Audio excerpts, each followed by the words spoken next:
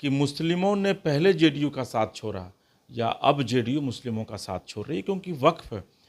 पहले ही जैसे ही पत्रकारों की सवाल शुरुआत होती है उसके बाद जो है खालिद अनवर, गुलाम रसूल बलियामी तमाम जो लोग हैं उठकर चले जाते हैं। यानी कि कह सकते हैं कि उस आक्रोश को और ज़्यादा बढ़ावा दे रहा है। तो ऐसी स्थिति में एक सवाल तो उठेगा कि क्या वाकई में।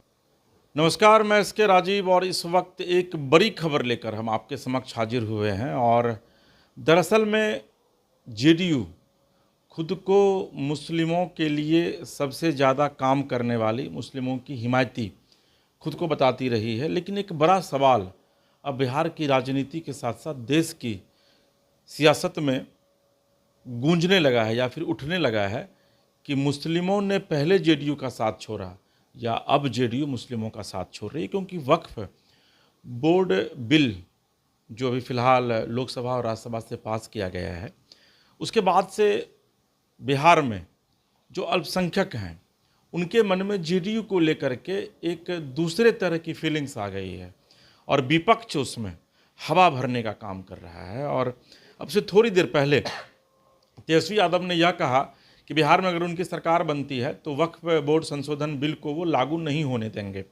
वहीं दूसरी तरफ तेजस्वी ने यह भी कहा कि इस बार के चुनाव में जनता नीतीश कुमार को सबक सिखा देगी और नीतीश कुमार ने मुस्लिम भाइयों के साथ, अल्पसंख्यक भाइयों के साथ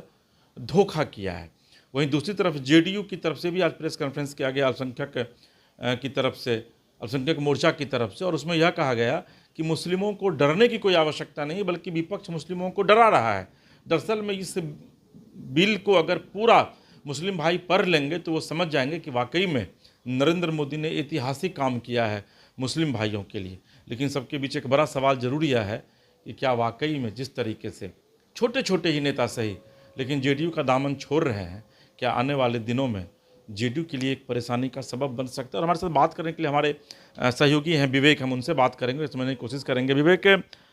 एक बड़ा सवाल है जो कि सियासी फिजा में लगातार तैर रहा है कि क्या बिहार के मुस्लिम वाकई में नीतीश कुमार से नाराज़ हो गए हैं? क्या वाकई में बिहार के मुस्लिमों ने पहले नीतीश कुमार का साथ छोड़ा? क्योंकि आपको याद होगा कि लोकसभा चुनाव के बाद ललन सिंह का बयान आया था, देवेचंद ठाकुर का बयान आया था कि भाई मुस्लिम ने तो मुझे वोट ही नहीं किया। तो आपको क्या लगता है कि पहले मुस्लिमों ने साथ छोड़ा जेडीयू का और अब जेडीयू मुसलमान को का साथ छोड़ रही है? अगर देखा जाए तो जिस तरीके से वक्फ बोर्ड संशोधन विधेयक जो पास हुआ उसके बाद जो है जेडीयू के से अल्पसंख्यक लोग जो हैं वो अब दरकिनार हो रहे हैं। पहले गुलाम रसूल बलियावी का बयान आया, खालिद अनवर का बयान आया, उसके बाद आज तमाम लोग पहुंचे थे एक साथ प्रेस कॉन्फ्रेंस करने के लिए भी जेडीयू कार्यालय में कि जो नाराज़गी है वो नाराज़गी दूर हो जाएगी कि इन नेताओं की नाराज़गी जो, लेकिन जो प्रेस कॉन्फ्रेंस की शुरुआत होती है तो देखते हैं वहाँ पे प्रवक्ता अंजुम आरा उस प्रेस कॉन्फ्रेंस को शुरुआत करती हैं। बाकी तमाम जो राष्ट्रीय लेवल के नेता हैं, आफाक अहमद करी वो राष्ट्रीय लेवल के नेता हैं, पूर्व सांसद रह चुके हैं, वो वहाँ पे बैठे रह गए। जब उनसे पत्रकार सवाल किया कि भाई जो ये संशोधन विधेयक आया क्या जेडीयू समर्थन करती है या नहीं करती है, उन्होंने साफ तौर पे कहा कि हमने 5 जो उनके पास जो प्रस्ताव रखा 5 पर जो है सहमति मिल गई है, इसके वजह से जो है नीतीश कुमार ने समर्थन किया है। लेकिन जब उनसे सवाल की जाती है तो तमाम लोग उठकर चले जाते हैं। खालिद अनवर पहले ही जैसे ही पत्रकारों की सवाल शुरुआत होती है उसके बाद जो है खालिद अनवर, गुलाम रसूल बलियामी तमाम जो लोग हैं उठकर चले जाते हैं। यानी कि कह सकते हैं कि नाराज़गी साफ तौर पे देखने को मिला। आज जो जहां कह रहे थे कि अल्पसंख्यक लोग जो हैं उनके साथ छोड़ रहे हैं, पहले कई खबरें भी चली कि उसके बाद जो आज जेडीयू नेताओं ने कहा कि वो लोग हमारे साथ नहीं थे, जो लोग आप चला रहे हैं कि जिला अध्यक्ष ने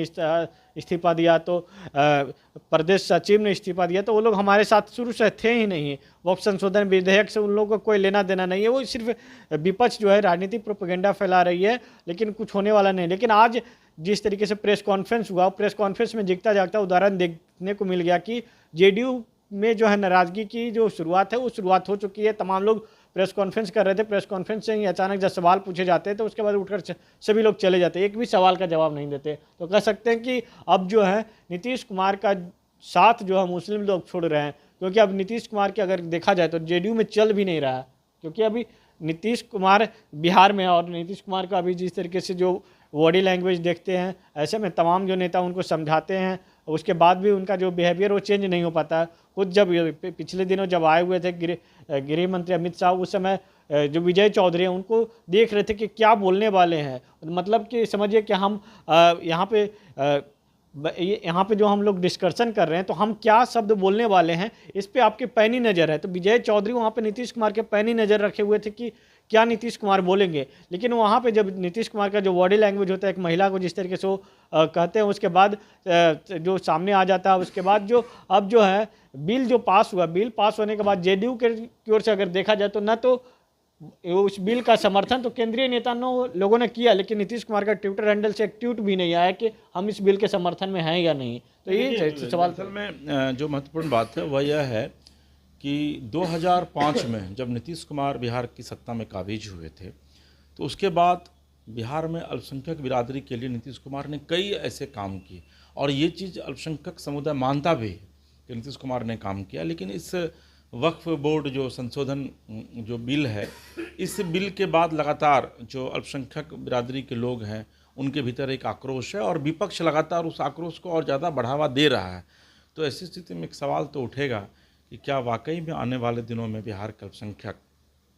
नीतीश कुमार के साथ रहेंगे या नहीं रहेंगे। लेकिन जिस तरीके से ललन सिंह ने, जो केंद्रीय मंत्री हैं, जेडीयू में कद्दावर नेता जेडीयू के माने जाते हैं, अध्यक्ष, राष्ट्रीय अध्यक्ष रह चुके हैं, लोकसभा चुनाव के बाद उन्होंने एक बयान दिया था और यह कहा था कि बिहार में मुस्लिमों का वोट जेडीयू को नहीं मिलता है। और उनसे एक कदम और आगे बढ़कर देवेश चंद्र ठाकुर, सीतामढ़ी से सांसद हैं जेडीयू के, उन्होंने भी यह कहा कि बिहार में अल्पसंख्यक समुदाय के लोगों ने उनको वोट नहीं किया है। तो एक सवाल तो उठना लाजमी है कि क्या वाकई में पहले अल्पसंख्यकों ने जेडीयू का साथ छोड़ा या फिर अब जदयू अल्पसंख्यकों का साथ छोड़ रही है।